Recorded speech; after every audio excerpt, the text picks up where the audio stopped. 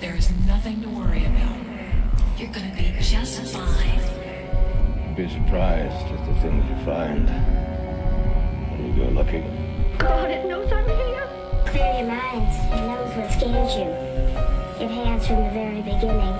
Plunging headfirst into some kind of black void of sheer, utter madness. Be afraid. Be very afraid. It is entitled Naturan de Manto, roughly translated Book of the Dead. You're gonna die up there. I've got to return some videotapes. Countdown complete. Hi, I'm Chris. And I'm Joe. This is In the Veins. And today we are talking about... Killer Klowns from Outer Space. Oh, man. This is from 1988. Yep. May 27th, 1988, to be exact.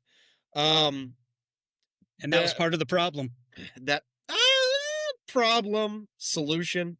It's a love letter to... No, the date. The date was the problem. It was supposed to be released closer to Halloween and get a big marketing push. Oh, yes, I did hear the about it. reason I did read it about bombed is that it came out basically at the beginning of summer and didn't really get into a lot of theaters because the distributors... Which is weird hosed because like these kinds of monster movies that they're essentially parroting that they're copying, those are all kind of like summer releases, I think. Like that's, it was drive-in type movies. For the kids, the little ones, So this was made by the fabulous Chiodo Brothers. Famous Chiodos. and infamous. Yeah. Fantastic effects guys, and all around kooky dudes. So the directing credit goes to Stephen Chiodo, writing Charles Chiodo, Stephen Chiodo, and Edward Chiodo, though he goes uncredited. Yeah, I just wrote the Chiodo Brothers for written and directed by. I mean, that's who did it, like they churned it out, baby. So we're starring Grant Kramer as Mike Tobacco, Suzanne Snide as Debbie Stone, John Allen Nelson as Officer Dave Hansen, the illustrious John Vernon as Officer Curtis Mooney, Michael S. Siegel as Rich Terenzi, and Peter Lacassi as Paul Terenzi, the Terenzi brothers, as they're generally referred to as a unit. So budget was about $2 million, maybe a little bit short of that, depending on who you ask. Numbers as of 2025 for worldwide gross are like 43.6 million.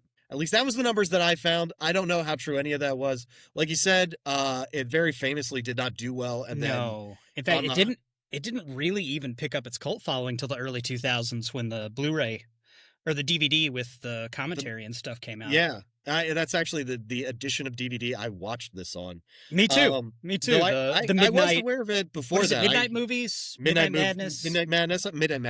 Yeah. I actually did watch this on VHS before that. It was known in our house. I think it was one of those movies that, like, one of the pay channels, HBO, Cinemax, Showtime, got cheap and then played constantly. I mean, I've always been a fan of it. It's a fabulous movie with a crazy, crazy story. Like I said, really an ode to those 50s monster or alien invasion films. Well, the part of the Midnight Madness line is another movie that I really like. It's Invaders from Mars. The remake Invaders from Mars. The remake of Invaders from Mars by... I really like the remake Invaders from Mars. I do too, yeah. But it was part of the same DVD release. They're all in that same tone. Oh, like it was in the Midnight Madness line. And it was who directed that? It was Toby. No. Was that Toby Hooper? Yeah, it was. I believe. It may have been. Anyway. But it just tonally, like the effects, like the kind of small town getting invaded thing. Like Right. All along that's kind of same line. Well, yeah, and it's I mean it's obviously there's a sense of humor to it, being clowns spelled with a K. Yeah. It just has a special place in my heart. I don't know.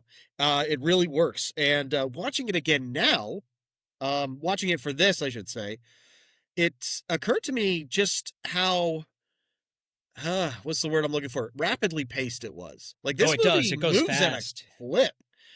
Helped a little bit by those little interstitial cuts of just random clowns just randomly attacking townsfolk. Yeah. And a lot of that was added because the producers wanted more movement, more action. Like, and they were right. It was originally the clowns weren't going to show up to like a third or a half of the way through the movie. Like, you weren't going to see them. That's bonkers insane. Yeah. I understand keeping it back, for the reveal, because they are like grotesque creatures. Like, these are definitely, like, it's amazing to see something that's so identifiable as a clown that is also very easily identifiable as not frickin' human. Oh yeah. Well, and they managed to be like caricatures of clowns without looking too cartoony. Like, their proportions are ridiculous. Right. But the detail and the paint, the colors, like the way they did it is just so good. There are also just tons of little things, like just the way everything moves, like even the little like popcorn monster things. Well, as I was just to say, like the animatronics aspect of it, like there's no, like, they're very clearly not living creatures. They're animatronics, they're fake, what have you, puppets. Yeah. There's no like beggar belief there. Like, they look as real as anything else. You buy them as living creatures. But they have that kind of thing, like you just look at them quick and it's like, oh, that's a clown. But if you take a look at them, they're very clearly A, not human, B, like sinister and monstrous. Yeah, like 8 feet tall. They're gigantic. Well, just like their teeth are wrong and there's like too many wrinkles on their face and their eyes look villainous. I don't know. It's really cool. But it's also in the way they're shot and the way they're puppeted, the way they're manipulated, Right. Because I noticed a lot of little things that really contribute, just like when they blink, when they move their lips a little bit, they don't do a whole lot of movement. It's not a big thing, but the way they time it and frame it's just those little things that are almost subconsciously tell you this is a living thing. And they're very expressive, and they it's put to good use. Yeah. I'll say, like, it puts me in mind of like Dark Crystal, oddly enough, where it's like there's a lot of focus on the art of puppeteer work, and a lot of focus on let's do everything we can to make this feel alive. It feels like that's all taken in stride with the Chiodos. Like, they really know what they're doing, and they do a great job. But they're also stop motion guys, so they they understand like the minute detail of movement. Yes. And how important it is in the frame. But and that can't be easy when you've got like a robot head on top of an actor's body. You know what I mean? It's got to move through a scene. It's just cool. It's cool. And the sound design is really cool too. Like it is. The clown voices not quite speaking English, but making Englishy languagey noises. They're speaking Simlish before it was a thing. They really are. They really are. And they're growling and roaring at people and stuff like that. It's interesting. Let's get into it though. Let's launch this son of a bitch off. As always, I like to start with the credits because I feel like that really, I never mentioned this, but like I always bring up the credits because I feel like that's our window in. You know what I mean? Like that's it's saying something about how you introduce your film. So we get a star field, and we get these like blue glowing letters on the star field for the opening credits. It's a very cool, it lends a little bit of that feel of like, okay, this is going to be cosmic, but it's not going to take itself too seriously. And that leads into the title of the film, where the words "killer clowns" are they're extra spiky and sharp and dangerous looking. And then from the night sky, we pan down to Big Top Burger. And I noticed this every time they showed. You can't not mention the song. The Dickies, Killer Clowns from Outer Space, the song that plays on a loop in my head. Yeah, just that dive-bombing circus music electric guitar riff. I love the music in this fucking movie. The score gets stuck in my head. That is definitely a song that plays infinitely at our Halloween parties. Yep. It's on my Halloween playlist. It's just so charming. But anyway, so we pan down from the night sky to Big Top Burger, which is, of course, a circus-themed burger joint. And I noticed that every time they show Big Top Burger, almost no one is smiling. Like, everybody looks miserable, from the employees to the people eating there. It's really interesting. I don't know if that was on purpose or if it just happens. It's like the burger joint from Invader Zim. It is. It's very grindy. And So yeah, like, and then from there, the credits turn to orange so that we can see them better against the backdrop of the action, and we see the cop Curtis Mooney driving around, and he hates the youth. I don't know what his fucking problem is. A teenager like It's killed the his fucking mom kids. apparently. The fucking Goddamn kids, they don't kids. get it. They got no morals. And none. And a guy, a ne'er-do-well, as my notes put it, walks in front of his car crossing the road. He's actually like waits for the signal and everything. Like it's not like he's doing anything wrong. Yeah. But he does have like 2 grocery bags, obviously filled with beer, and he is drinking a beer on top of that. A beer brand beer. Just a Which can that's- that just says We know it's a beer because it's an all white can with black block letters that say beer on it really big. Just in case you were confused. It's government issued beer. Government issued generic beer. And he just can't wait to get it down his fucking throat. And you know, Mooney is just like, I get that. It's kids. Which brought up to me a question of just how old the characters are supposed to be. It never really occurred to me, but they're doing fairly adult stuff. I think they're in their 20s. I think it is this time I paid attention watching it, and I noticed that they do mention that it's a college town. Yeah. And so kids are all in college, and that's another thing why Mooney doesn't like them. These are all people from out of town who are going to college, and it's sort of like the college's kids coming in and invading like the towny spaces. Yeah. But So also, that's why he's so pissed. we find out later that the girl was dating the cop at some point. Well, that's So- why Dave has his knickers in a twist. I'm just saying, let's hope she's not still in high school. I mean, he's old enough to have apparently gone through the academy because Mooney is very resentful. Mr. Academy Man with your education Yeah. and reading above a 3rd grade level. Pardon me, you only take 3 shots of whiskey per shift. Yeah. Uh, With your perfect feathered hair. I wrote no less than 5 times in my notes just the sentence, Kurt is a dick. Uh-huh. It's like my explanation for most scenes that he's in. Yeah. He's a dick. He's just a dick. He's there to be a dick. That's what he does. So then we from there, there's a lot of like rapid cuts in this. So we'll try to keep it coherent, but from there we cut to the quote unquote top of the world, which is kind of the makeout point in town. Yeah, Lover's Lane. Yeah. Where it's beer and sex. People are drinking and they're getting it on at makeout point.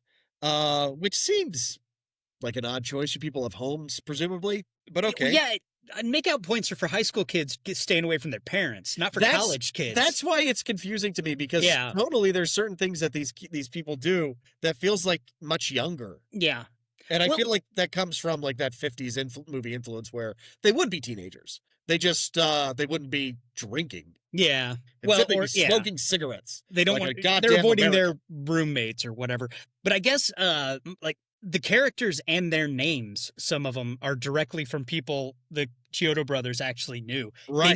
They knew a Mike Tobacco that would bring girls to the makeout place with champagne in his glove box and an inflatable raft in the back of the car to get busy in. Like a classy motherfucker. Like a class, he knew the Terenzi brothers, and they did get an ice cream truck, thinking it would help them get girls. Like I was watching this with my wife, and she was like, "What the fuck is in his trunk?" It's like it's an inflatable boat. Yeah. You know, to screw on. Why are you asking these kind of questions? Yeah. What Why are you doing? What about that is weird? I don't understand. It's considerate, is what it is. He's you know.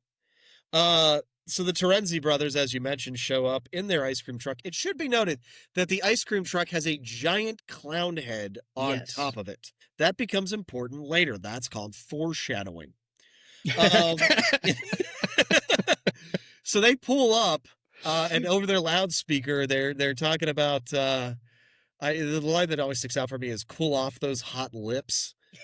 Yeah. It's so obnoxious. They're such awful creatures, the Terenzi brothers. They're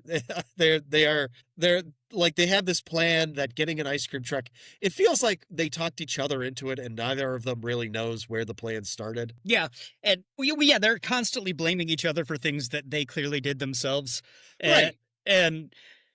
But it seems like at times that they kind of take it seriously. Like Okay. later on when Mike needs help, they're like, dude, we got ice cream to sell. Like, we got to do this thing. It's that loser kid thing of like, well, I'm tied into an obligation of my own choosing. Now I have to do it. I got Like, this truck. What else am I supposed to What do? do I mean? I gotta sell this ice cream, bro. Like, Huh? This is my life now. so they kind of get chased out by angry, horny people throwing empty beer cans at them. While Mike laughs because the Terenzi brothers are just good fun in his book. Slowly you get these glimpses that Mike might not be the greatest guy. Well, he's not a bad guy. He's just dumb as shit. And That is true. And I take that as a negative quality. and also there's a weird transition. Like it's later. Like Okay. We'll get but there. We'll get he there. kind of just stops caring about his girlfriend. Well, And, there's, because Dave's there to do it for him. Like I mean, it's I mean, there's stuff. like honestly, There's I feel the longest shower scene in human history. I know. I made a note of that. And like she gets in the shower and like half the movie happens and she gets out of the shower. It's oh and But okay. she's just in there thinking about her shitty choices in men, I think. she does. What is she gonna do? Dave? Just having an existential crisis and just staring at the wall. And apparently they have a really great water heater. Dave is boring. Mike is an idiot. David You is know? just boring. He's a manipulative bastard. He's like, I'm going to put you in jail if you don't do what I say. Go home. Like, He is a dick. I mean, the cops are dicks. That's what they do. He's trained Yeah. by Mooney. What do you want from him? that's true. Nah, he's academy trained. He's academy trained. You're book learning. Yeah. Mooney became a pirate there. That was cool. So the Terenzi brothers have the Terenzi brothers are pulling away. Two, shall we call them big boned women, emerge from the back of their truck. They're sturdy. They're sturdy. They're not like morbidly obese. They're larger than Debbie, certainly, but Debbie's like a wisp of a girl, so that's not saying much. But they come out eating the ice cream, and they're like, "Hey, you told us we could have as much ice cream as we want. Now we're at makeout point. Who do you think we are?" Like, obviously, they thought you would trade ice cream for sex. I don't know what Yeah. the problem is here. That was clearly what they were. They're like, well, we thought we could just park here a while. The Terenzi brothers like women with big boobs who like ice cream. That's what they're doing. Yeah. I mean, they got the ice cream truck knowing exactly what kind of woman they were trying to attract. I don't think that they had any illusions. I just think that they picked the wrong women. Yeah, they did. They did. So the Mike laughs about the Terenzi brothers as they pull away. Not sure that doesn't make him an asshole too, but he's just easily amused because he's a child. He has a child's mind in an adult man's body. I think and that's why Debbie is using him for sex. Yes. So Mike but like I feel like Mike's the palate cleanser after dating Dave. That's my. you know what? That's not invalid. She just wants a dumb guy that's fun. Yeah. Dave was probably like, "Oh no, we can't have sex right now because you're I have to- ovulating or I something." have to feather my hair. Dave looks like 80s Glenn Powell. He's trying something and he's not succeeding. No. And Debbie's like, "Shut up and put up." Though for somebody who's there for the sex ostensibly, she's wearing kind of a lot of clothing. It's the 80s. Everybody was wearing a lot of. That woman has on long johns under a Yeah. dress. That's true. Yeah. Yeah. And the dress is huge. It's it's gigantic. Voluminous. Yes, that. And the only thing that gives it any sort of definition is the belt that she wears around it. Yeah. Well. And but then they make out a little bit, they kiss a little bit, and then they just lay back and look at the stars because she's also convinced Mike that that's what sex is. Because he's really dumb. He is. He's really dumb. Also, they need to have their faces pointed at the sky at this particular moment for the movie to happen. I mean, do they? Don't they? This thing this shooting star that whooshes overhead lights up the entire sky. I don't know how everybody doesn't see it. That's true, dude. A long time ago, I went out. There was a meteor storm. Fucking shower. Okay. And me and a bunch of people in Poplar Bluff. It was me and like Julie and Casey, a bunch of friends of mine. Sure. went out in the middle of nowhere to watch this thing. We took a cooler full of beer, and it was a good old time. We're watching all these meteors. My beer runs dry. I turn around and bend over and open the cooler, and the whole world lights up like it's daytime. And I turn her back around just in time for it to get dark again, and everybody's like, "Oh my God, that was the most amazing thing I've ever seen." It's like, God, You damn missed it.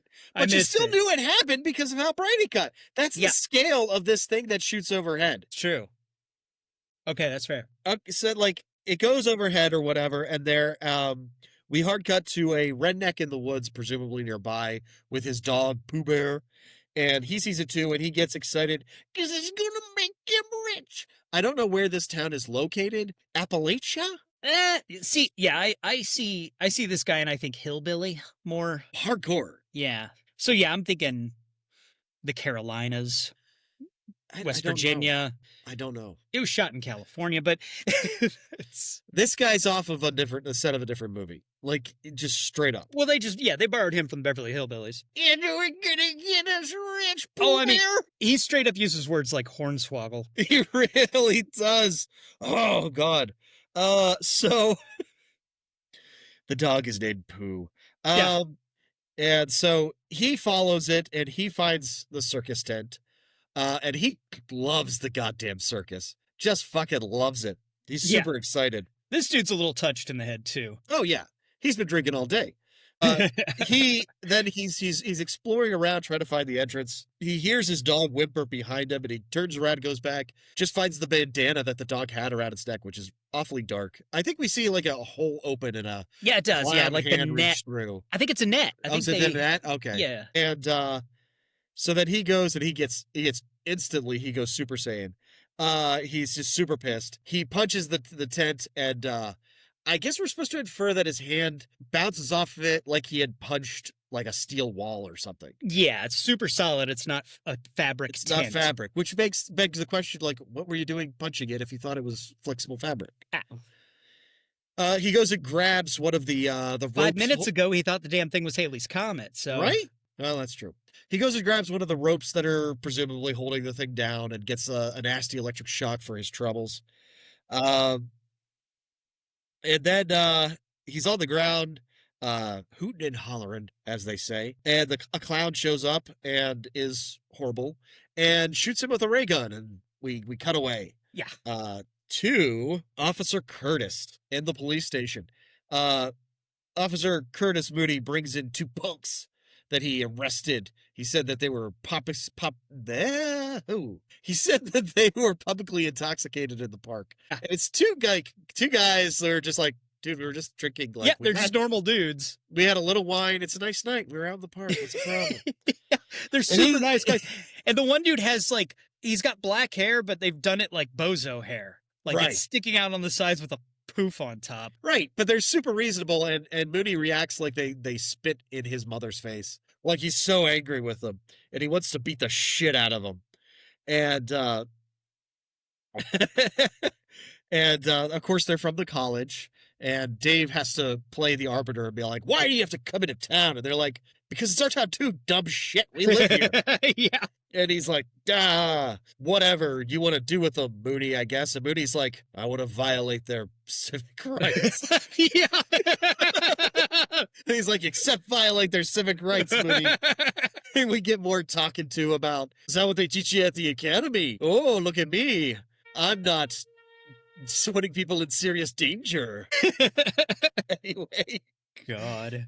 Then we cut back to, I mean, I think we've nailed the dynamic of Mooney and Dave at this point. Like, Yeah. I think we've sold that. Yeah. Moody's hatred of young people doesn't stop at I cops. don't know that there's anything he doesn't fucking hate other than That's true. that That gun is fair. magazine that he giggles over later. And his Jack Daniels. Is Jack Daniels. Hard cut back to Mike and Debbie. And I don't know if Debbie has convinced Mike to come with her to check this shit out. They come up to a fence, and now they're going to have to go on foot. Mike does what in our modern day and age would be a vaguely offensive Native American impression. But apparently Debbie finds that cute and flirty. So that's cool. This is about the time Mel started wondering out loud what the fuck she was wearing. And we had to have a whole argument whether it was a dress or overalls that were over underwear. What the fuck was she doing? Later, it was revealed that it was a dress. So helpfully, she takes the dress off later and shows that she is, in fact, wearing full long johns. Full long johns. It's freezing out there. Freezing. Again, she appears to have a whole house to herself. Why were they at makeout point? We'll never know. We'll never know. It was just not close enough to her house. Like, it was... Makeout point was halfway between the place they got dinner and her fucking house. I think she just didn't want Mike to know where she lived. It's possible. It's possible. I mean, I'm not sure I would want him to. I mean, he's kind of dumb. Anyway, finally, Mike and Debbie make it to the tent, to the circus tent. And Debbie immediately hates it. She's immediately like, this is bad news. I don't like it. Why is it out in the middle of nowhere? Nope. Don't like it. Yeah, no, sir. We should walk away. And Mike's like, come on, this is fun. Look at this. They find the entrance and go inside, and it is so clearly like a spaceship, like designed by Dr. Seuss, but a spaceship, nonetheless. And that's what they said it was. Dr. Seuss meets what's it called, Memphis style?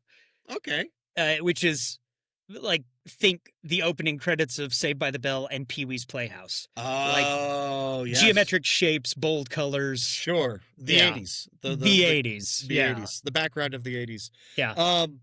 Okay, I can buy that. But like Mike insists that it must be that new fancy European circus that we've heard so much about. The one from Europe that's now here in the woods where there's nobody no can access it and no roads and on privately owned land. Yeah. Circus Fantastique. Yes. Pretty sure there were trees here before they showed up too. So then he makes jokes about the freak show and stuff and how silly it must be. And she laps it up. She's like, you're so charmingly stupid. And then he makes a joke about eating disorders. So, sexy. Debbie but Debbie, as much as she enjoys Mike's shenanigans, and who wouldn't, is very uncomfortable because it's obviously a goddamn spaceship and it's a bad idea. Yeah, she catches on real quick. Yeah. The corridor terminates in, there's like 3 vaguely door-like structures. These doors are interesting. They're kind of this revolving cylinder deal. And at least the first time that they use one, when the cylinder revolves to its opening, it kind of sucks them in. Yeah, yeah. It's a giant pneumatic drive-through too. Yeah. So they end up in this this room that so clearly is a spaceship. Like, is a giant, they're on a little ledge. There's a giant pit that's like infinity below them. Yeah. There's a ball of crackling energy above them. Yeah. It's a wonderful matte painting, but it's like, it's the first step out of the house into Oz. You know what I mean? Like, it's right. Yeah. It's pretty clearly a bad thing. It's all of the sci-fi. Yeah. And Mike it finally clicks for Mike. This is not, something's weird. Something's weird here. Something's weird. I don't know about this circus thing. So they go back to the doors, and Debbie's like, no, this is the shooting star. Remember, we saw a shooting star. It landed about where this is, and then we walked inside. That's where we are. This came from space above. And Mike's like, and I'm here too? It's not clear from Mike. I don't know if it ever will be. I can't believe that he's the fucking hero of this thing. He's still trying to figure out why they aren't getting it on the back of his car. What went wrong? Is this also part of the sex? I know it has something to do with what's between my legs, but I don't know. So they see some ominous shadows approaching, so they jump into another door. They end up in a room I call the popcorn room because there's a giant machine making popcorn on one end of the room. And there's racks and racks of empty racks. And a couple of hanging giant balls of cotton candy. Yes. But it is mostly empty. And Debbie at this point has totally figured it out. Like, this is a spaceship. These are aliens. This is bad. Mike is like, there's got to be a logical explanation for infinite pits and giant cotton candy balls. Yeah, aliens is the logical explanation. There's got to be a logical explanation. So then they check out one of the balls of cotton candy, pull off like a random tuft, and find the dead redneck underneath. apparently skinned, ? All of his blood has been brought to the surface. I think dissolved. Like, my take is that these things, because later you see one of the clowns stick a straw in one of them and drink it. I can buy that the cotton candy is slowly dissolving them into blood pudding. Yeah, it's making them edible. Yeah. Apparently, if you look in the back in that scene in a detailed way, you can see a smaller cotton candy ball behind the old man. That's the dog Pooh Bear. That makes sense. I mean, they weren't going to waste him. No, instead they wasted him. They could drink a dog. I'll drink a dog. I'll drink a dog. I'll drink 2 dogs. I don't care. So then a clown comes wandering in. And they hide amongst the cotton candy from it. And it starts playing with the popcorn machine in the corner, doing something clownish, adjusting things in a clown way. It turns out that the cotton candy they're hiding behind is a guy that they know, or at least that Mike knows. And he immediately, like, I think he drops his glasses or something, like the dead guy's glasses, something. He makes a noise. Yeah. Because he recognized the guy. And that's what you do, because Mike is dumb.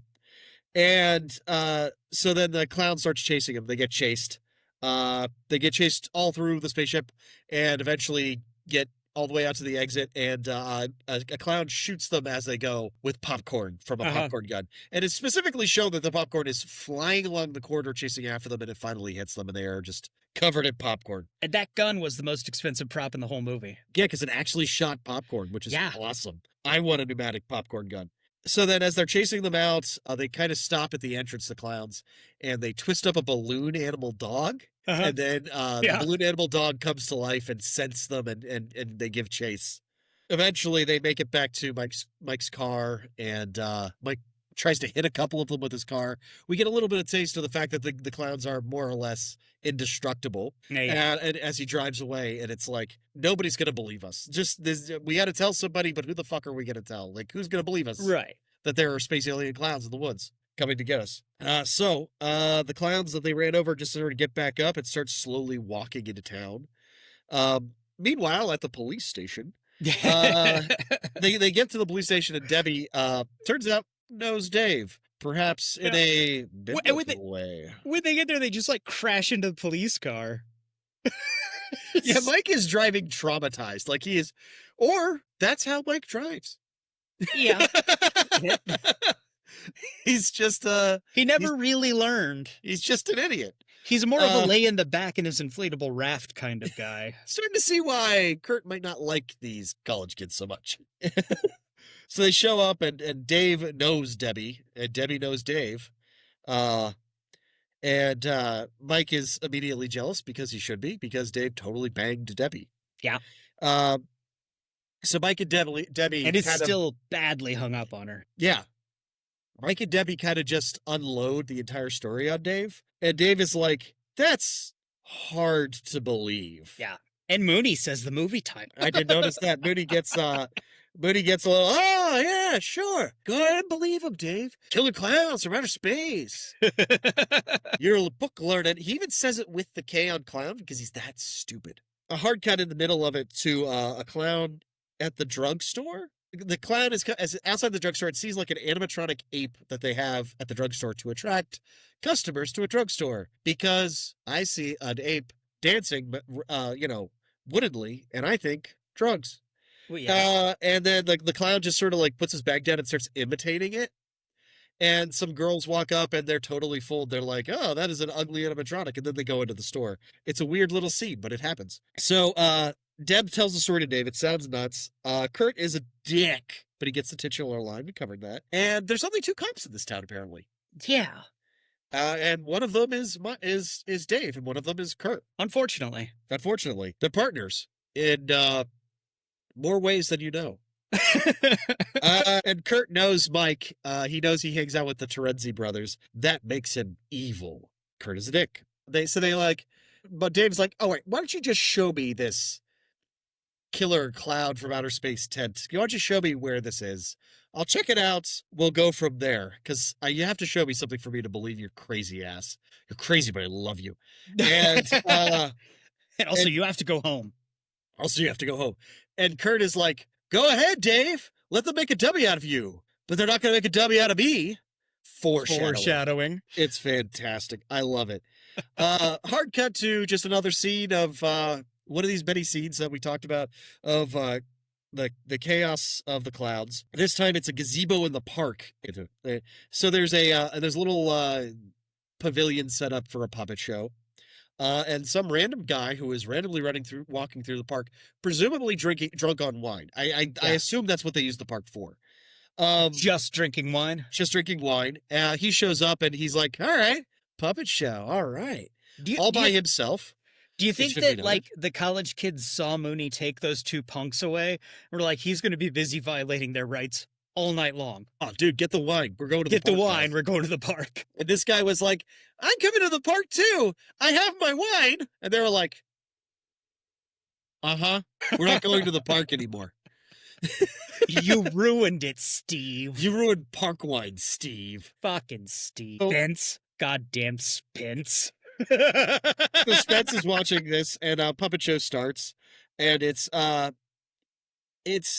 weirdly it's weirdly kind of hyper violent, and he kind of finds it weirdly hugely hilarious. Yeah. Well, it's Punch and Judy. Punch and Judy was always about domestic abuse. That's true.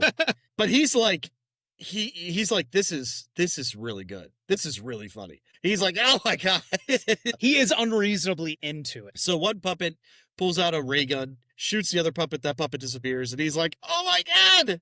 Vanishing puppets, this is the height of comedy. And then the clown, which is doing the puppeteering, just stands up, kind of busting out of the little pavilion thing, and he's like, whoa, wait a second. Nobody said anything about any clowns. And then the clown, just shoots him with the ray gun, and then he's cotton candy, and that's what happens when you're alone in the park with wine. So we get a little bit of the clowns in the drugstore, and it's great because there's like an elderly pharmacist who's too polite to just tell them, hey, you fucking clowns, get out of my drugstore, as they just wander through, blundering through, wrecking the place. Oh, yeah, yeah. He calls the cops instead. Yeah, he's like, but you, well, you can't do that, but all right. And they're just like fascinated by the objects in the drugstore. It's amazing. Back to the police station, though, where Debbie reveals that she did, in fact, date Dave. We all figured that out pretty quick. And Dave is adamant he's going to drop Debbie at home, and then him and Mike are going to go check out the circus because he was to violate Mike's civic rights. Yes. And in the privacy of the forest. In the privacy of the forest, possibly among clowns. Cut to a random girl's house and a knock on the door, and let's call her an 80s hot chick. That's what she's supposed to be, I think.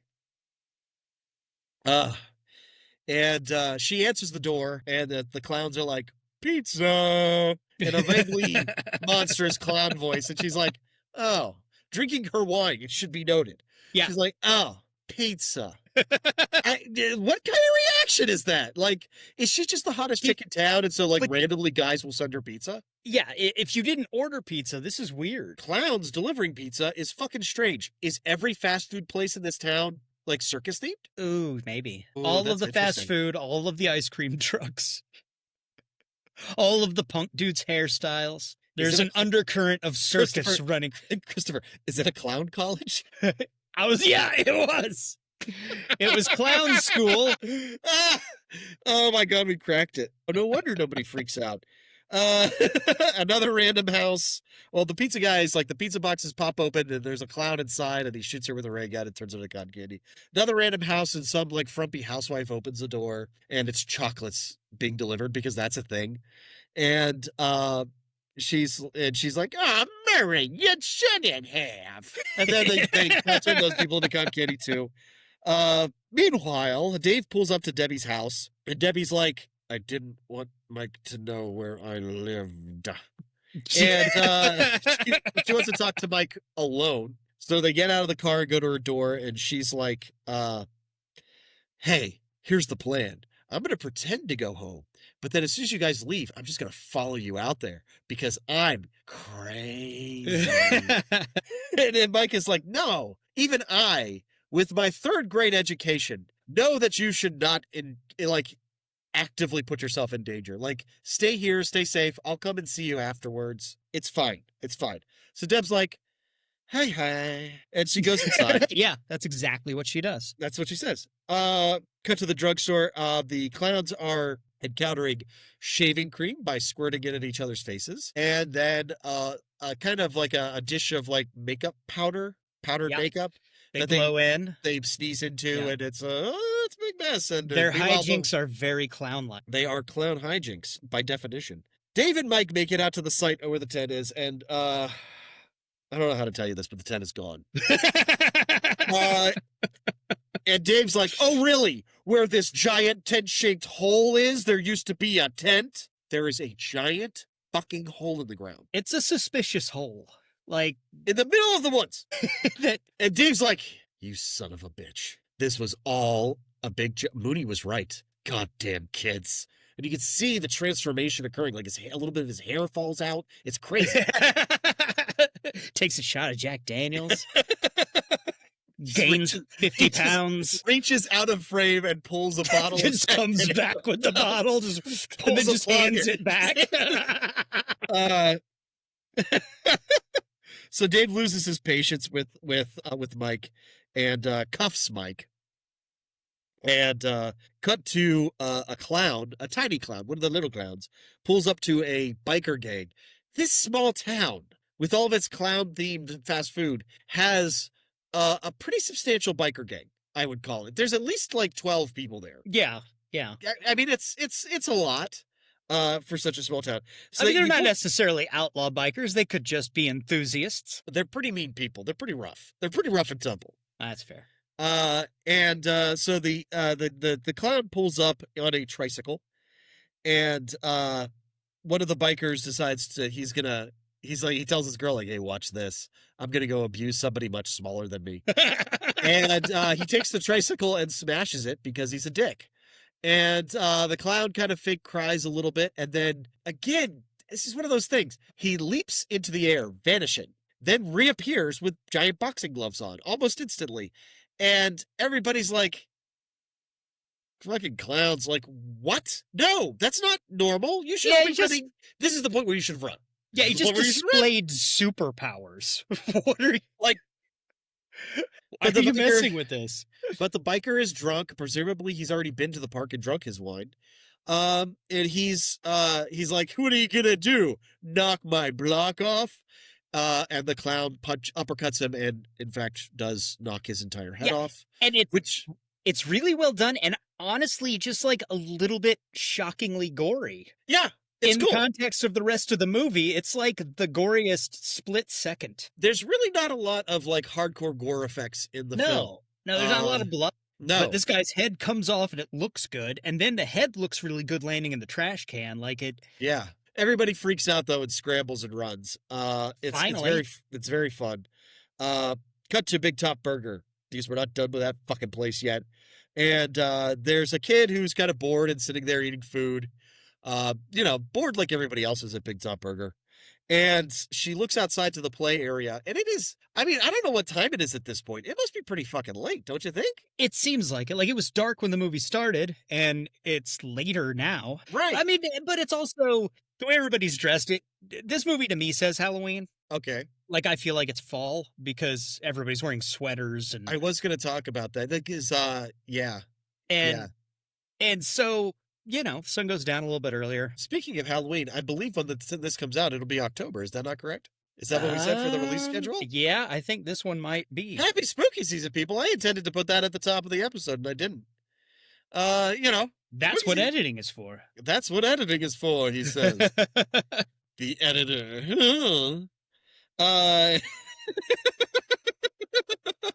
You know how you're always making that noise? Yeah, I got to work on that. It's like there were two of me in the room. Anyway. I'm trying to see if I can get to the... Okay. Sorry. Go ahead. But I'll talk. I'll vamp for you. Yeah, you go ahead. So she sees this cloud, this horrific monster clown out in the play area, and he begins to beckon her. And you could tell something is unnatural because she acquires a smile, which nobody else in that building has. And he's you know, he does a little weird little peekaboo thing with her and then beckons her to come to outside. And she's like, well, nobody's watching me. I'm an unattended child in a fast food restaurant.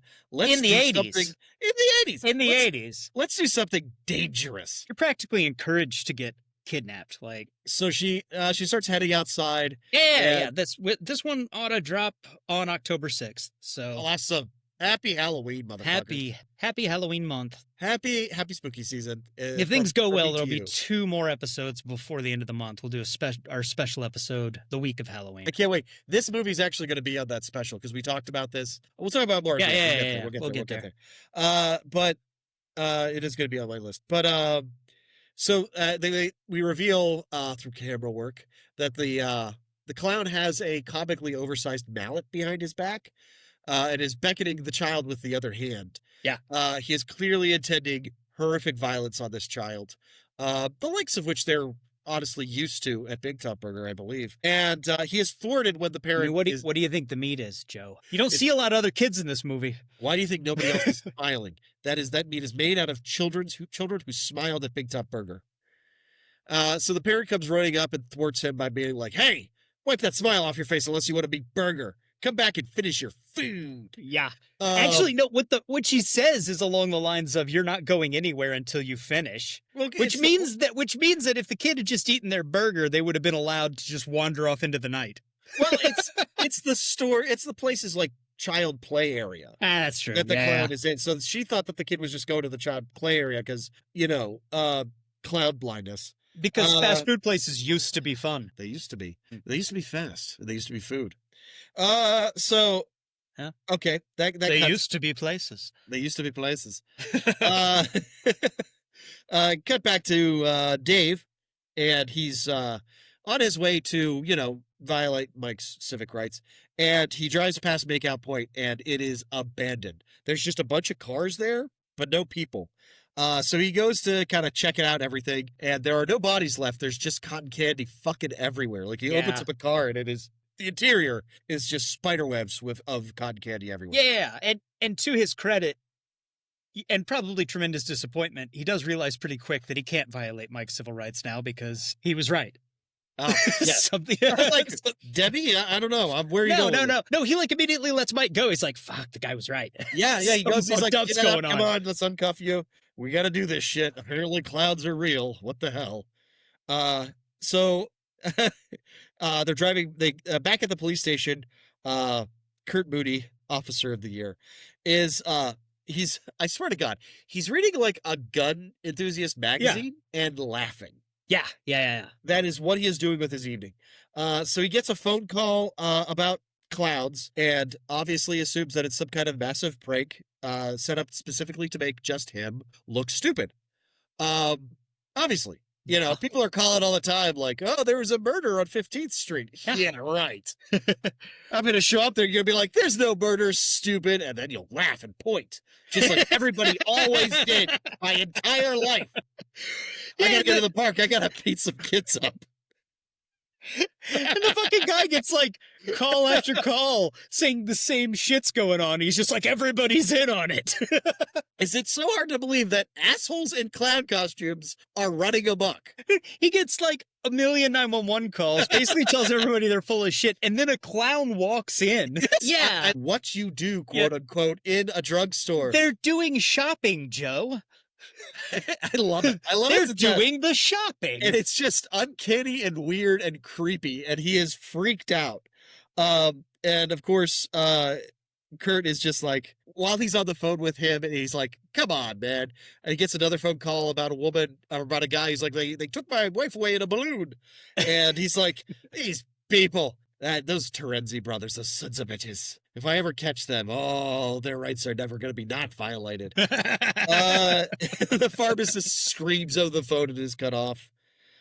And, one must assume that the Terenzi brothers, who can barely drive a truck between two people, must have orchestrated this massive scam. Yes, they do have a clown on their truck. Case closed. Case closed. Do the fucking Law and Order noise.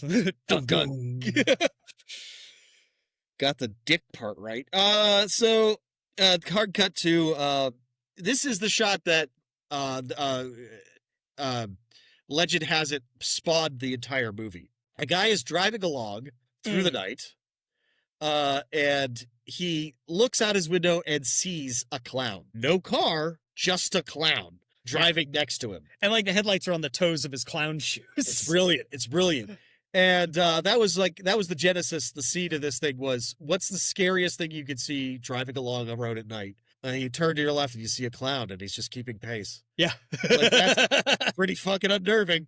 And but this guy, this was supposed to be like a pre-credits scene, and Yes. this is the guy that Mike recognized. Joe Lombardo. Joe Lombardo. Yes. In fact, he even says to himself, "Just keep driving, Joe." Like, but yeah, that scene was supposed to be earlier, and then that he's the one that's stuck in that cotton candy. But what can he do? Yeah. Then the clown runs, rams him with his invisible car, rams him with himself, really, and knocks him, drives him off the road. The car tumbles into a ravine and blows up. That was supposed to be more spectacular, but like they didn't take the chalk blocks out from under the tires and the rope snapped, so it just kind of rolled over the edge. It's fine. It catches fire. We get it. That's what you want out of your massive movie stunts is you get it. You guys get it. It's cool. Well, they couldn't, like, it was one of the only cars that they were allowed to damage because they like leased everything. And they had a shitload of cars. And they had all the cars, that Jeep with the cotton candy in it. Yes, I heard about this. Yeah, they promised that it wouldn't get damaged if they just sprayed it all down with Pam, that it'd wipe right off. But then that cotton candy shit just ate through everything. They had to like spend $3,000 fixing it before they could return it. They went to a different car dealership. Yeah, spent $3,000 getting it fixed, then took it back to the first dealership. And that's $3,000 in 1988 dollars. That's like that's almost like $500,000 today. That's almost $500 million now, Joe. That's insane. I did the math. I did half of the math, and I was just intoxicated the entire time.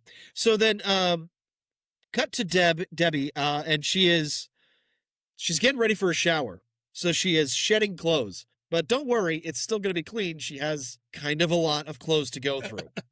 As she is doing this, we see popcorn falling off of her, and the popcorn starts crawling around on the floor. It's unnerving. I'll give you that. But it's also a really cool effect. Well, yeah, because it's inching. They didn't just like the popcorn is like moving. You know, it's not. Yeah. They didn't just blow on it. It's not just like. You could have just like blown some air on it and made it skitter. You could have put a magnet under it with a BB in it. Crawling. Yeah, it's animated. Yes. Back to Big Top Burger, and the clown that tried to catch the little girl, he has given up on that apparently. He goes to the dumpster at the back of the building and opens it up, and he has a clown bag with him, from which he takes which is filled with popcorn, for which he takes handfuls of popcorn, spreads it into the dumpster, closes it up, walks away. And then we go to Debbie again. Still getting closer to taking a shower. And the popcorn is starting to grow and move, and things are moving, and she's not paying attention because she's getting a fucking shower. She has removed the crust and is at the mantle. She's removed nearly 70% of her clothing at this point. So only 6 more layers to go. That's very close. Ooh, it's getting warm in here. You should probably take off some fucking clothes. Meanwhile, because we cut back then to the dumpster behind Big Top, time has passed, and the hapless Big Top Burger employee comes out to throw the trash in the dumpster. Does so, but then he hears kind of a weird animal-y noise in the dumpster, and he's like, "I should check that out with my face." Yeah. And his whole upper body, like that dude gets up on the dumpster. He gets in there and he opens it up and he looks, and then something grabs him and pulls him in and presumably eats him. And it's fun. And so then Dave, cut back to Dave and Mike. Dave wants to send the sample of the cotton candy to a lab to get analyzed, because that's what you do. Yeah. And they have a conversation it's cool. It's cool that you're dating Deb. It's cool. It's cool. Obviously, she prefers having fun over, stability, or a guy who, can read or whatever. Yeah, he shifted down from aggression to passive aggression. Yeah, so he's on the road to acceptance.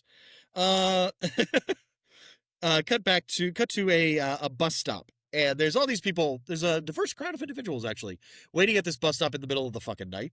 And a clown sees him and walks up some distance away and starts doing a shadow puppet show for these people. He runs through various shadow puppet creatures, all of which he could not physically possibly make. Washington crossing the Delaware was my favorite. There's a bunny, there's an elephant. George Washington crossing the Delaware is brilliant. Yeah. It's like a guy dangling his leg off the Yeah. It's tremendous. Flags and banners and everything. Yeah, and then Mike and Dave are kind of cruising along, and they see this shadow puppet show, and they stop to watch. And Mike is like, "There's a clown, get it!" And Dave's like, "No, wait. Let's see how this plays out." And so then the clown does a dancing girl because sex sells, Chris. And then he does the final form is a T-Rex with glowing red eyes. Yeah. And the T-Rex, the shadow of the T-Rex dips down and eats the people. Like they just scoops them up into the shadow and they just vanish. And then the shadow kind of just dissolves away, and the clown has what sounds like the people in his cupped hands, miniaturized or some craziness. I don't know. It's clown magic. And he kind of just takes his cupped hands and dumps them into the bag of popcorn, presumably to feed the popcorn monsters. Yes. And then Mike finally reaches his terminal levels of freak outedness. Yeah. And spazzes and grabs the wheel and punches his foot into the gas and tries to run over the clown. Ends up ramming the wall because the clown just flies straight up into the air. Just straight up into the air. And they're like, Mike and Dave each lean out like, where did it go? It shot straight up and it's gone. It's terrifying. It apparently just vanished into thin air. Yet another clue that, like, these are not going to be that easy to kill. So Dave calls, he radios the station. He calls Kurt on the radio, and he's like, "Kurt, we need the state troopers. This is crazy shit."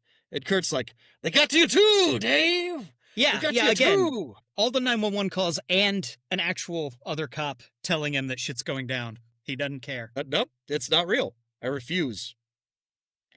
It's like he's not going to believe it till he sees it himself, and he is not leaving the police station. Like, just not going to. He doesn't even believe it when he sees it for himself. It's wild. The degree of dickishness is amazing. So then, the next bit is amazing. They see the Terenzi Brothers ice cream truck like come out from a corner and like drive away.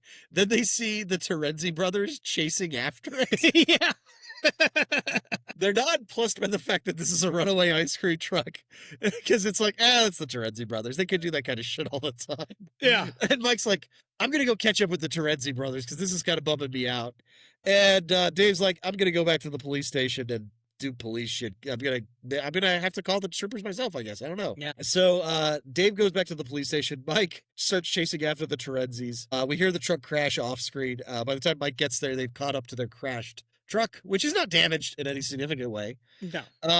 And Mike asks them for help and tries to tell them his story, and they're just like, "No, come on. You're joshing us. You're messing with us," which is not an unbelievable reaction to dealing with Mike, I feel. No.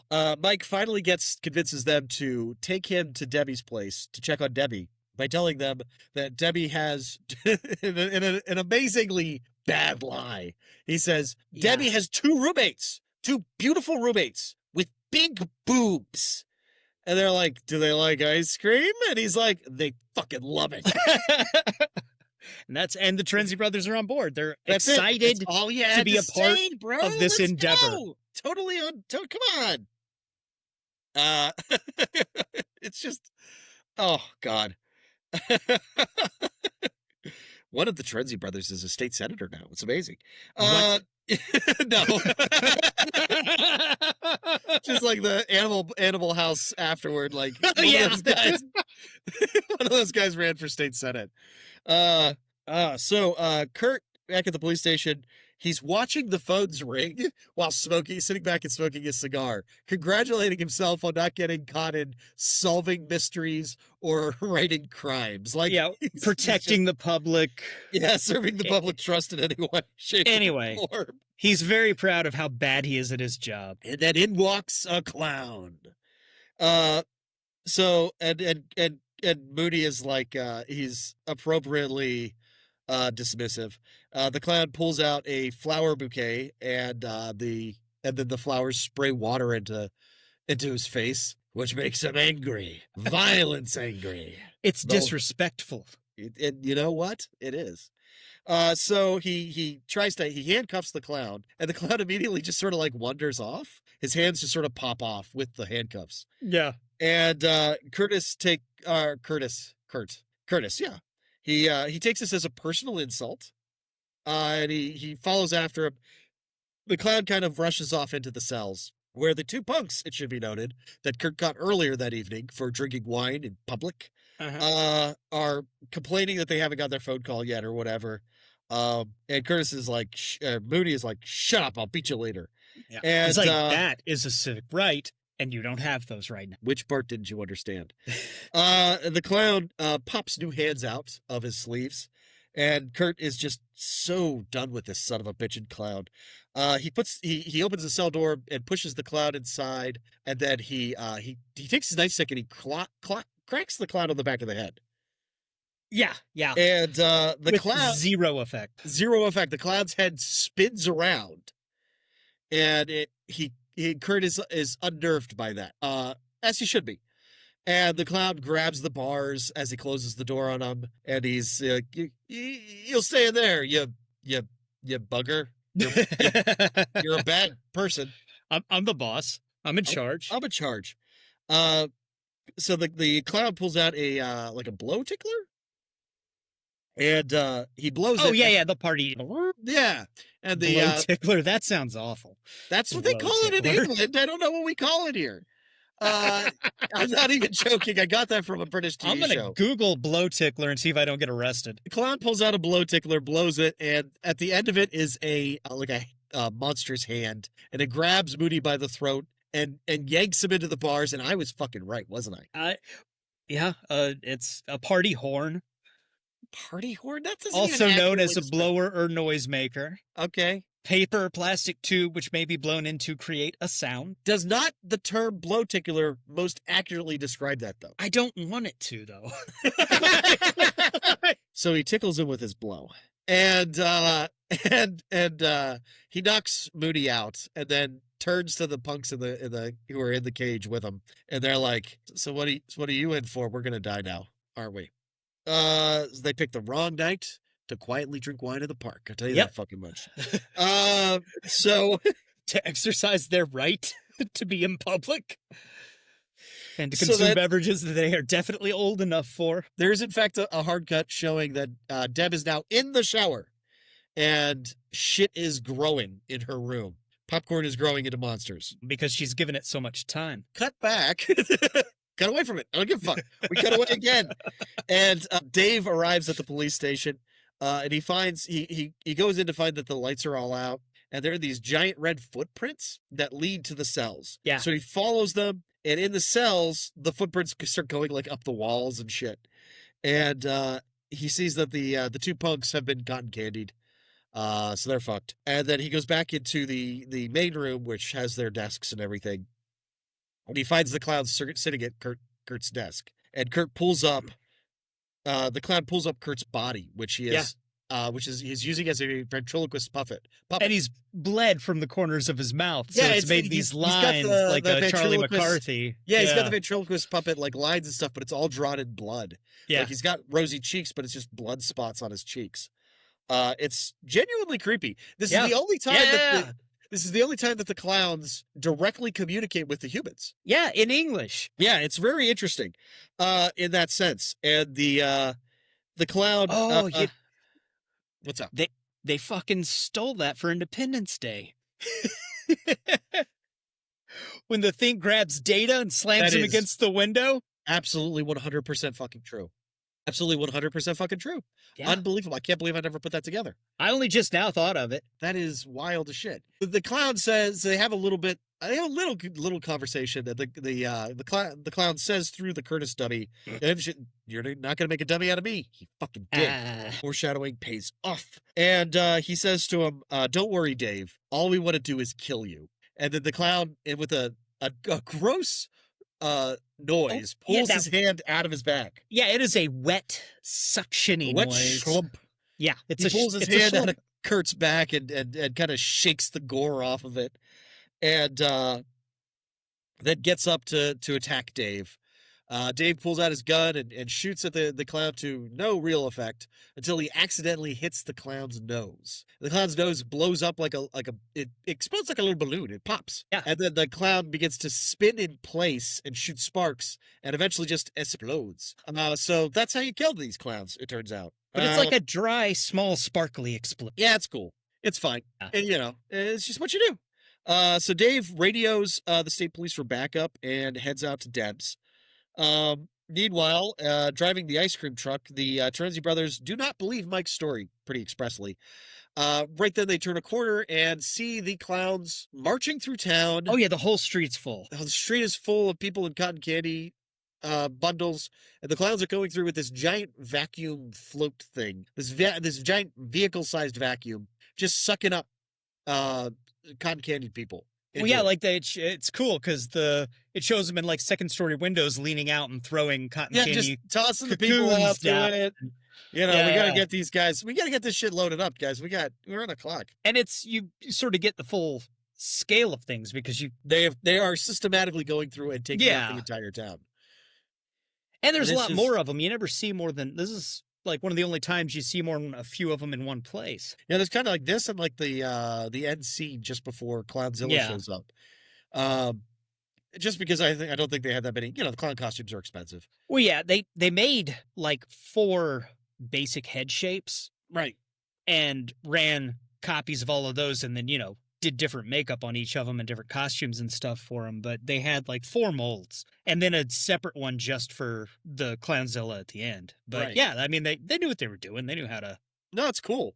Make the most of what they had. It's a really cool scene. There's all these kind of like plasticky streamers coming down, just to make the thing feel a little bit more like post-apocalyptic and chaotic. Well, but it's also like a parade. I mean, it's a exactly. It's kind of doing double duty there. Yeah. And like a guy is hiding under a car from them, and he tries to make a run for it, and they get him.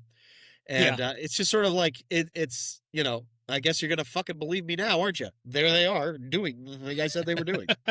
Deb, for her part, finishes what may be the longest shower in cinema history. Yeah. Finally, she's done with the shower. She has put on a new outfit. She's ready to go. I think it's the world. 20 minutes of the movie is her in the shower. Like, she gets in the shower 20 minutes later. Movie time, she gets out. But in, like, the time within the movie, clearly hours have passed. The whole town has fallen in the amount of time that she's taken for one shower. It took her nearly a half an hour to get her clothes off. This is true. And then by the time we see her, she has not just stepped out of the shower. She is fully dressed, hair and makeup, ready to face the world.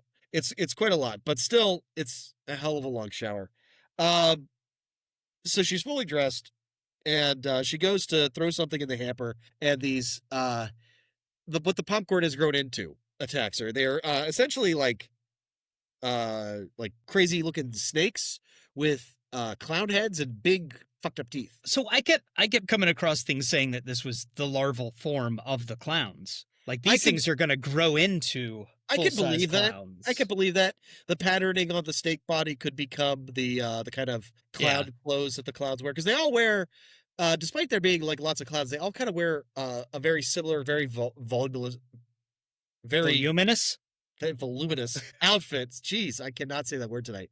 Where it's just sort of like it's very shapeless, and I could see that happen. I could see that working. I always took it though as like a separate kind of entity, but I don't know. If the popcorn does produce like baby clowns, then no wonder they need to clean out a whole fucking planet, man. They got mouths to feed. Well, I never until I started reading the trivia for this movie thought that they were baby Marvel clowns. Yeah. I thought that they were just another clown creature. I mean, why not? It doesn't really matter because whatever. So these things are coming at her and attacking her. One even comes out of the toilet and attacks her, and she like takes the head of the shower head and jams it in its mouth and turns on the water and runs from it. And Like, there's just like one of them she hits. Yeah. And, they've got these puppet heads on the end of these long, skinny necks, and you can't really see wires or anything, but she hits it, and that knocks it away, but then it, like, whips back at her. Yeah. And it looked really good. Like, it didn't look like somebody was just waving a wire with a head on the end of it, For sure, like, for sure. They just had got movements down really good with even these silly little, head on a stick puppets. Right. And they're really throwaway for, like, a single scene. Like, yeah. I don't think we get them back again. But it's cool. It's good stuff. It's something extra weird and bizarre, and it's just like something else to terrify her. Yeah. She then runs from the bathroom and hears Mike calling her name from behind her front door, opens the front door, and it's a clown there. Apparently they can mimic sounds now. So that's fucking fun. She goes to jump out the window to escape and sees several clowns holding a joke trampoline to catch her. and fireman hats. And fireman hats. It's good stuff. They have the Bugs Bunny ability to pull a gag. A complete gag with props at any moment. It's good stuff. It's good stuff. Finally, they just sort of show up inside her house. Like, one, she just turns around and one's there. Yeah. And they shoot her with a ray gun and capture her in a bubble or a balloon and take her away. And right at this, as they're coming out with her in tow, Mike and the bros pull up to see her, and they kind of recognize, we get a shot of her in the balloon, so they recognize that it's her that they're taking. And Dave sees as well and pursuit and follows them. So we're all chasing this clown car is what it is. Yeah. And the ice cream truck is having trouble keeping up because it's an ice cream truck. It's not designed for that. So they stop the car, and they stop suddenly, and they stop so suddenly that the cop car rear-ends them. Yeah. And because they're idiots. And Dave gets out, and immediately the brothers are like, "What seems to be the problem, officer?" Like, guys, chill. Evil clowns, remember? Yeah. And the situation is heightened. We're not worried about getting tickets right now. So like Dave gets into the truck with them, and they drive off, and Mike's like, where like, we lost them. Where are we gonna go? And Dave's like, "Where do you find clowns, you fucking idiot?" "The amusement park, of course. Why didn't I think of that?" "Yeah, why didn't you think of that, Mike? Why didn't you? Is it all the paint you huffed with the Terenzi brothers? Could that be it?"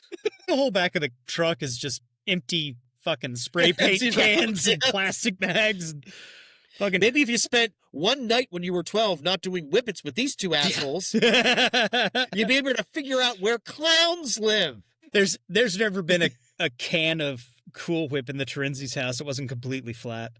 That's why it's an ice cream truck, Chris. Unlimited supply.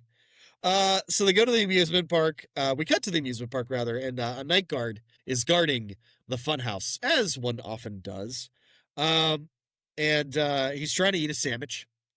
And the clown car pulls up, and in true clown car fashion, way too many clowns get out for the size of the car. And then suddenly they all pull out pies from behind their backs and throw them and the guard is like, "What are you going to do with those pies?" It's a perfect setup. It's almost as if he wanted to be hit with the pies.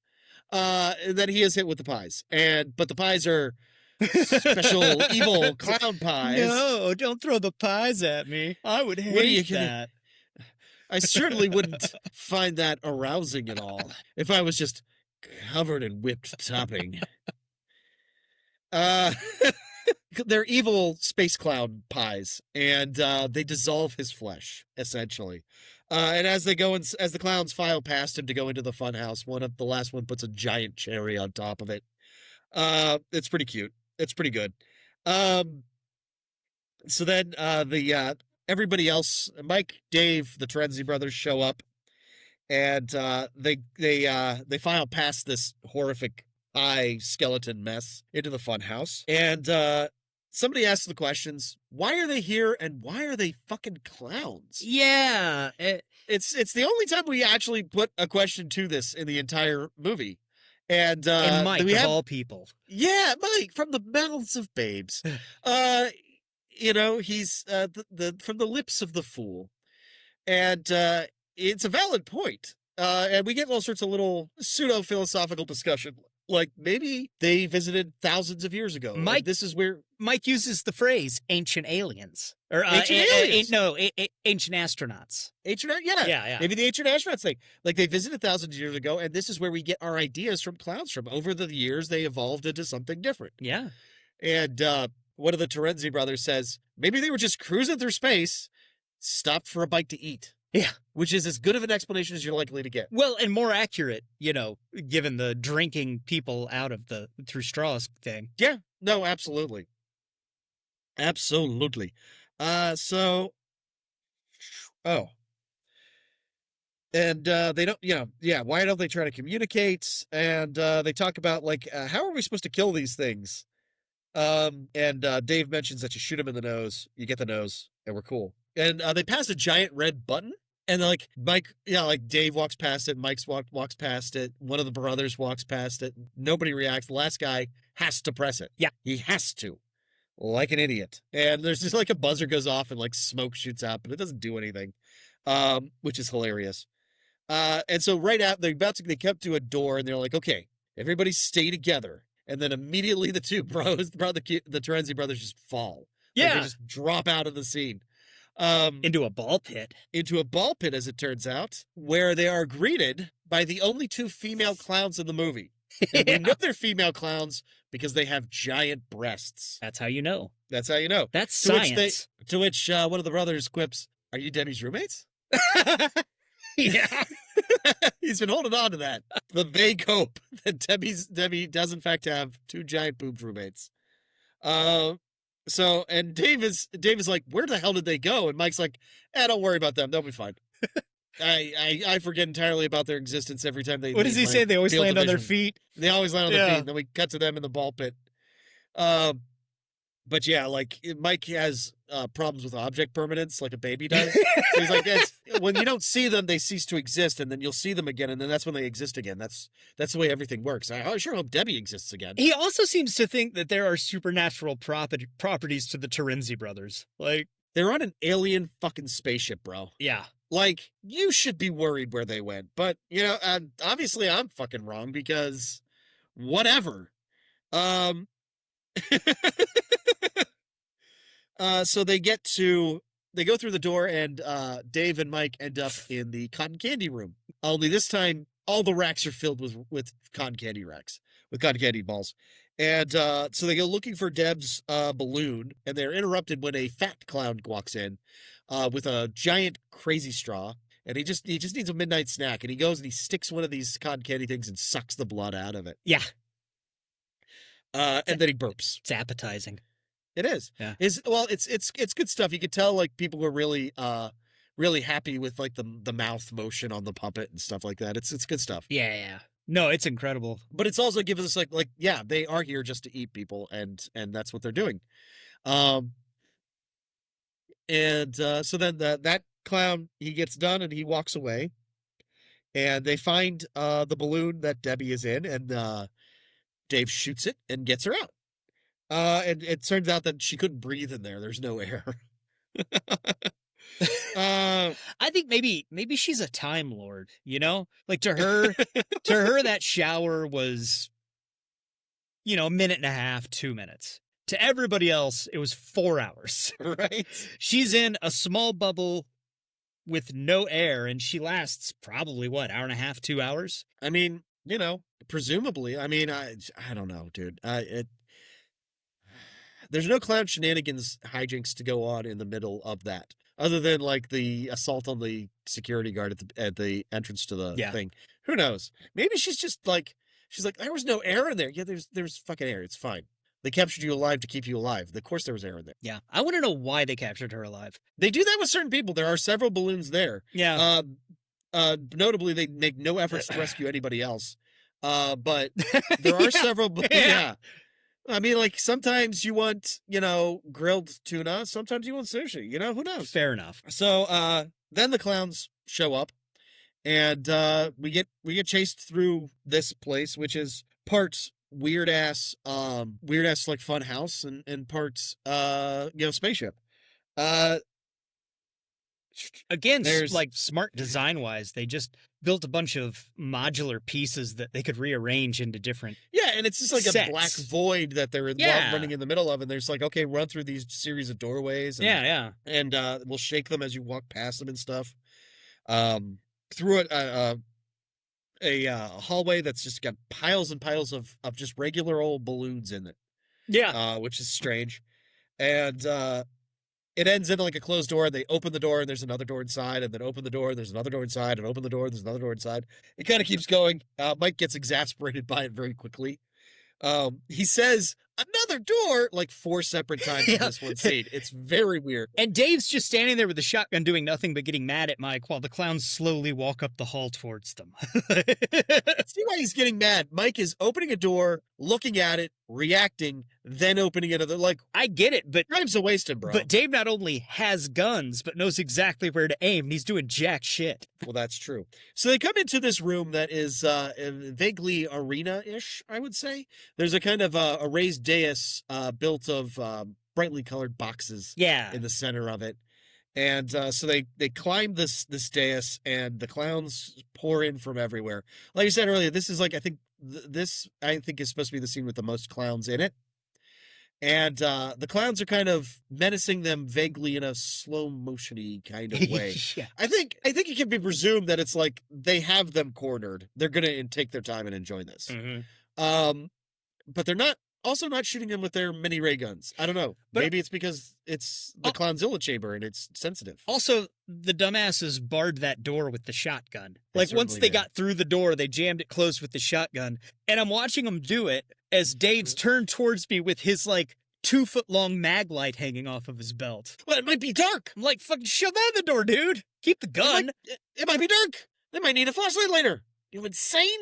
God, take off one of your shoes and use it for Christ's do sake. that. Why are you using like your only weapon? Just shove Mike's arm through there and leave him.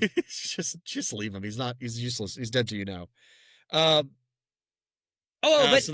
by this point, the transition has happened that I talked about earlier, that they don't, she's just Dave's girlfriend now again.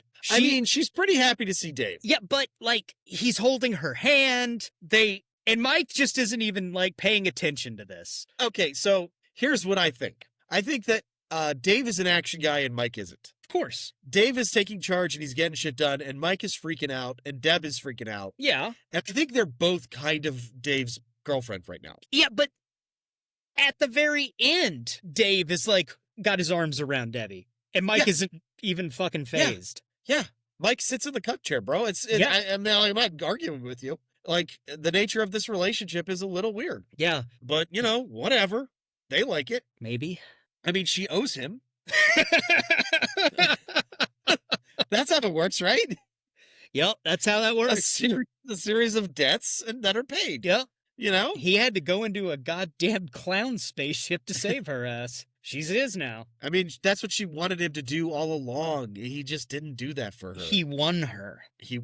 Like yes. a prize, like an object that he now possesses. But, like, I distinctly get the feeling that she's smarter than both of them put together. Yeah, 100%. So I feel like she's like, you know what? Maybe I chose the wrong guy here. Maybe I've had my fun with Mike. Now it's time to transition back to the guy who has money. Yeah.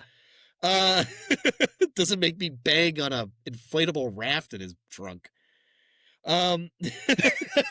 So they're being menaced. They're surrounded by all these clowns. They're being menaced by the clowns at the top of this dais. And then the wall explodes, and busting through is the ice cream truck being driven by these two idiots, the Terenzi brothers. And they're using the head on the top of the ice cream truck and their the loudspeaker, the loudspeaker to fascinate and intimidate the clowns, claiming to be the all-powerful JoJo and that they must obey them.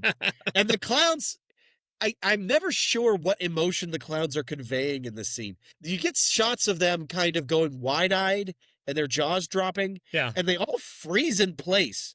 But it's not so much like, oh my God, our God has arrived. It's more of like seeing something so fucking weird that you don't know how to react. Yeah. Well, and also blue screen, the clowns have not interacted with the clown truck in the whole That movie. is true. The Trinity Brothers don't even believe the clowns exist until they come up on the parade, and then it's just And the parade is going away from them, and so then they they don't see it. follow them, but they never engage. So yeah. But it's the looks of awe and wonder on the clowns' faces are interesting. Yeah. It's an interesting moment, and I love it to pieces because it's like they're having the effect that works for the situation, but it's not 100% convinced it's the intended effect. Yeah, it's just so stupid it might work.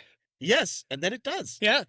So they freeze. All the clowns freeze in place, and Mike, Dave, and Dave's girlfriend Debbie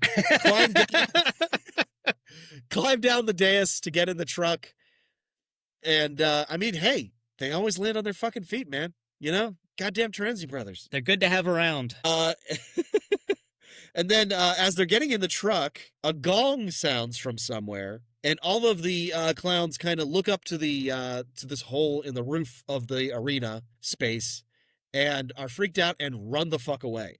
Like they just clear out of the room. And then from that hole in the ceiling descends the giant Clownzilla. Yes. And see, this is the part where I could see the popcorn clown face monsters being the larval stage. Because it's like, as they grow, they just keep getting bigger. And bigger, yeah. And so the biggest clown is the one that's in charge. Yeah. And then it's like, if any clown starts getting unnaturally large, he would kill that clown in order to maintain his seat of power. Of course. It's, again, like I was joking earlier about the fast food place in Invader Zim, but in Invader Zim, the almighty tallest, they're in charge because they're the tallest. Yeah, exactly. Their leaders are just taller than everybody else. Yonan Vasquez must be a huge fan of Killer Clowns from Outer Space. No doubts that he is. Oh no, he must be. So Dave, Mike, and Deb run for it. As the clown lowers down from the ceiling on marionette strings and then comes to life and starts attacking the ice cream truck because he sees a threat. He sees a usurper, goddammit. Exactly. and Mike's like, Terenzi Brothers, Paul, Rich, run away. And they're like, we can't, the truck's a rental. What the fuck? This giant clown destroys the truck. It explodes in a fireball. And Mike is like, oh, I'm free from them. The witch's curse lifts, and suddenly he has intelligence again. And so then the giant clown turns on them, and Dave tells, as the boyfriend of the trio, tells them, you know, I will sacrifice myself. You guys get the hell out of here. Yeah. Because the truck, with a hole that the truck made when it burst through the room, that is now a way out. So Mike and Deb bravely leave Dave to die. And Dave pulls out his revolver and starts shooting at the clown. Why he didn't start shooting at clowns with his revolver earlier when they were surrounded by them and about to die, I don't know, but we're here. And he actually runs out of bullets pretty fast. And then the clown grabs him up and is going to eat him, ? That's my guess. And Dave manages to get an arm free, pulls off his badge, yeah, and pierces the giant clown's nose with the badge. Yeah. It's a pretty killer move. The clown starts to spin and shoot off sparks, and it's a pretty big thing that's happening. Mike and Deb get free just in time to see the state troopers pulling up, and the clown tent starts to take off. Yeah. Like it pulls up its stakes, the electrical whatever cords vacuum up into it. Spinning and rising, and then up it starts spinning and rising into the air. Very clearly a spaceship at this point. And it just as it gets kind of high enough to clear the town, it explodes. Yes. Like the giant clown blows up and the whole thing explodes in a shower of fireworks, colorful fireworks and confetti. And then what comes flying out of the exploding ship but the clown car? And who was behind the wheel of the clown car? It's Dave. Don't worry, Mike. You won't have to have sex with Dad. Dave's here. But wait, Mike might get to have sex because who's in the back of the clown car? The Terenzi brothers. Yay! They hit in the back with the ice cream. That's reasonable. Sure it is. So it's a happy ending all around for everybody. It wasn't going to be. I guess they Dave was going to sacrifice himself, and we were all fine with that. Honestly, I would have been fine either way, personally, but okay. Oh, no, the fine. producers wanted a happy ending. Right. I think it was the right choice, though. I do think it was the right choice. I would have been fine either way, but I do think that it's, with a film like this that has, it's horror comedy, I do think that it's too much of a downer to have somebody literally just sacrifice themselves at the end. But they're, so they're standing there, Dave with his arms around his two girlfriends, Mike and Deb, and they're pontificating on it's finally over, and it starts raining confetti down on them, or glitter or something like that, and Deb's like, are you sure it's over? And Dave's like, of course it is. And then they look up and 3 pies hit them directly in the face. Cut to credits. So are those people dissolving pies?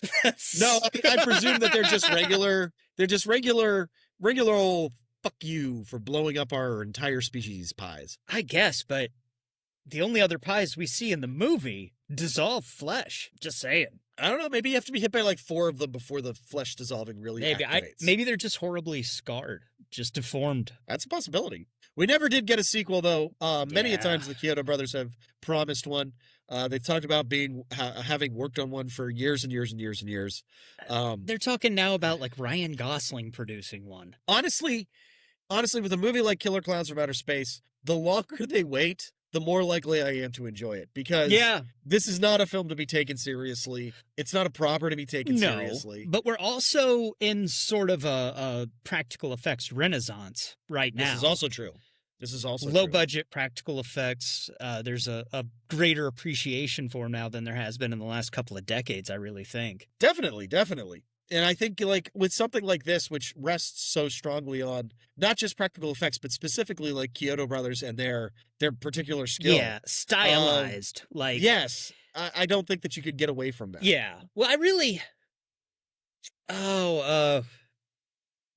there's something specific. Well, I mean, there's a lot of kind of Tim Burton-esque look. At least to, I was thinking, when they first go into the ship at the end, in the final battle lead up, and you see those like dinosaur cutouts and some of that kind of stuff. Just some of it. They come out of a tunnel that's shaped like a giant snake or something. Yeah, like and that. it had a very sandworm kind of vibe to it. Sure.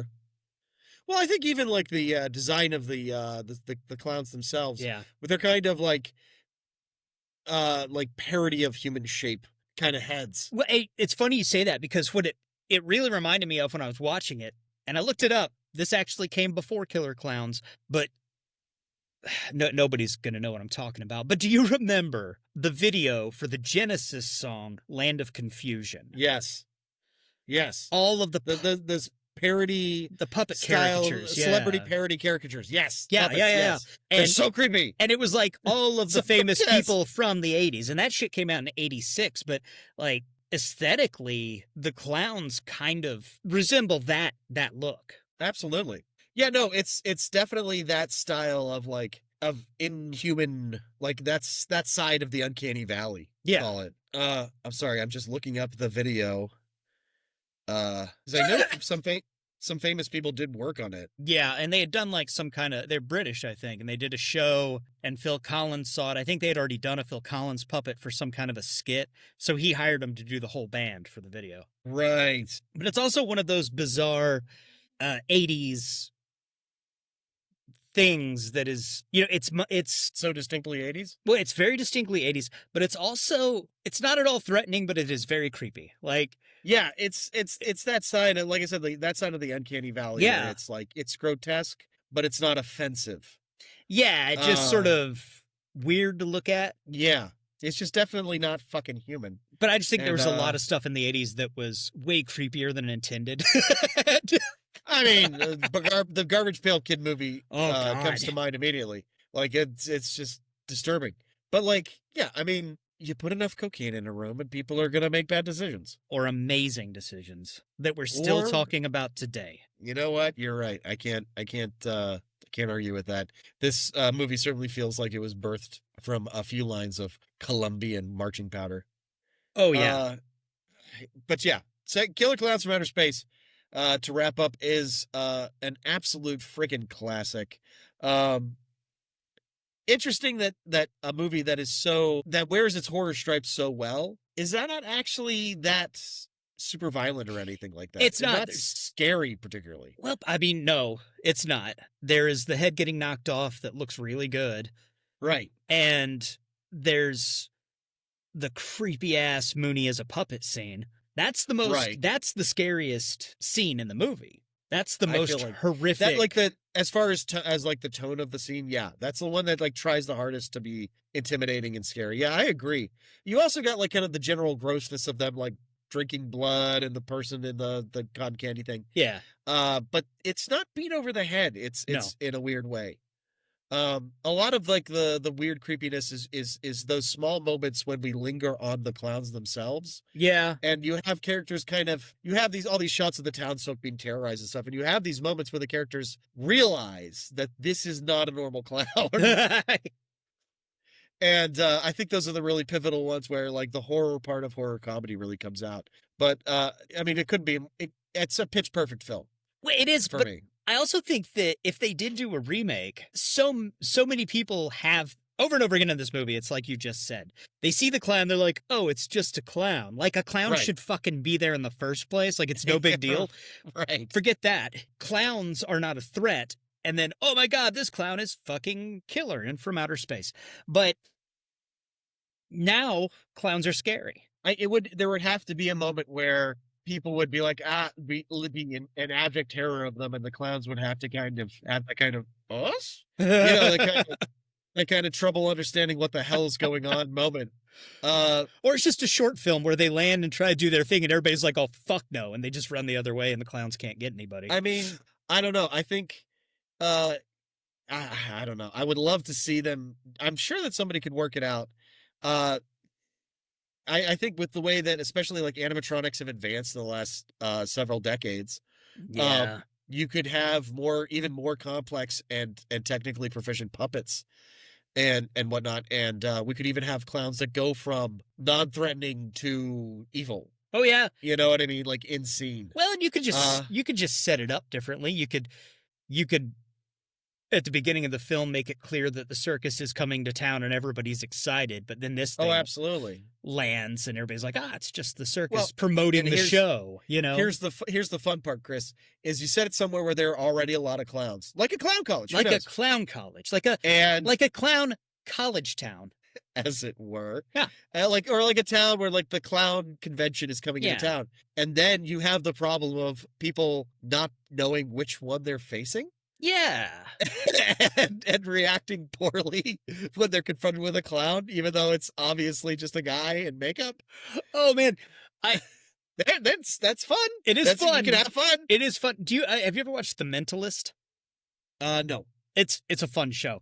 But it reminds me, there's an episode where at the very beginning, this guy's being chased by a clown into a park who then kills him. But when the cops show up, there's like hundreds of clowns everywhere because as a cover, this person knew that this guy was scared of clowns. Okay. But also put out a like casting call for clowns to be awesome in this location. So when the cops show up, there's like hundreds of clowns and all they know is that a clown killed this guy. That's tremendous. I love it. Yeah. I mean, like, could be fun. It'll be fun. Like I said, like they haven't shown any real signs of doing it yet, but I am never going to lose faith because I love this movie. I believe in this property. I want more. Well, and I think they've talked about doing a series. I don't know. I just like to see more material. I want more Killer Clowns. There's a video game. I've never played it, but there is a video game. I need to play this video game. Yeah, I do too. We had talked about the next one. I feel like we should do something super Halloween-y. Like Trick or Treat? Trick or Treats, Halloween 3, Season of the Witch. I'm completely blanking. I'm completely blanking. We could do Trick or Treat. Yeah. I love Trick or Treat. I'm pretty in love with it. I'm trying to see what else would be. Oh, I'd like to do Pumpkinhead. We could do Pumpkinhead. We could do Pumpkinhead and Trick or Treat. Okay. There are no rules, but what we make. This is true. So let's do Pumpkinhead next. Pumpkinhead. Fuck yeah. And fuck yeah. And then yeah. Dude, I love Pumpkinhead. I think I saw it once and I fell asleep. Oh, dude. And it wasn't because of it's not that. I was tired. I wasn't paying attention. It I was will pay the attention this time. Dramamine. Okay, Pumpkinhead. so what's our third? So October will look like, yeah, October's going to be Killer Klowns, Pumpkinhead. Do we want to do a Halloween special, or do we want to do just 4 movies in October that are Halloween-y? Want to? Okay, Yes. so let's do Pumpkinhead, Trick or Treat, and then Halloween special. Okay, all right. And how many? Because I'm going to start working on this now. How many movies do we want to list for Halloween special? 10? 10 each? We'll do that. We'll do a countdown thing, like, Yes, we'll do top 10. We'll go back and forth with it. yeah, and then- like my and then- 10 is, your 10 is, my 9 is, Yeah. your 9, yeah. Yes. Okay, Okay. Uh, So all right. next week, Since we're in Next spooky time. season, since we are in spooky season, we're going to be doing an episode a week. No waiting 2 weeks for the next episode. One a week. all 7 for of our spooky season. listeners. Yes, both of you.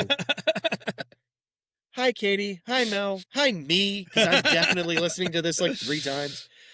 So next time we are going to be coming with Pumpkinhead. Hell Absolute yes. freaking classic. Can't wait. Really looking forward to it. And then, yeah, we will keep going in the month of October in spooky season. Yeah, I get to bust out my my Stan Winston coffee table book. There's a Nice. whole like chapter on Pumpkinhead in there. That's fantastic. Very excited. Can't wait. All right. All right. So this has been, I've been Joe. And I have been Chris. This has been In the Veins. It sure has. See you next time. So yeah. There's nothing to worry about. You're gonna be just fine.